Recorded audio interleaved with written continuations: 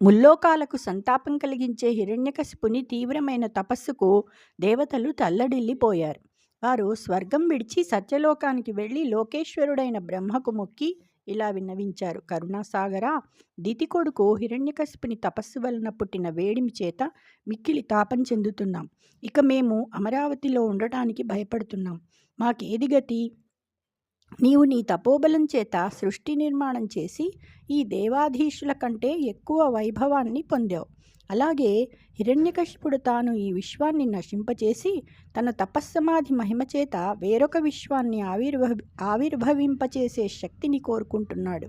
ఇంకా ఇలా అన్నారు: భవదీయంబగునున్నతోన్నత మహాబ్రహ్మైకపీఠంబు సంస్తవనీయంబగు భూతియున్ విజయమున్ సౌఖ్యంబు సంతోషమున్ భువనశ్రేణికి నిచ్చు దైత్యుని తపస్ఫూర్తిని నివారించి యో భువనాధీశ్వరగావవే భువనముల్ పూర్ణ ప్రసాదంబునన్. ఓ భువనాధిపతి, మహోన్నతమైన మీ ఈ బ్రహ్మపదం లోకాలన్నింటికీ ప్రశస్తమైన సంపదను, విజయాన్ని, సౌఖ్యాన్ని, సంతోషాన్ని కలుగజేస్తోంది. ఈ దైత్యుని తపస్ఫూర్తిని అడ్డుకుని ఈ లోకాలను సంపూర్ణానుగ్రహంతో కాపాడు. జై శ్రీకృష్ణ.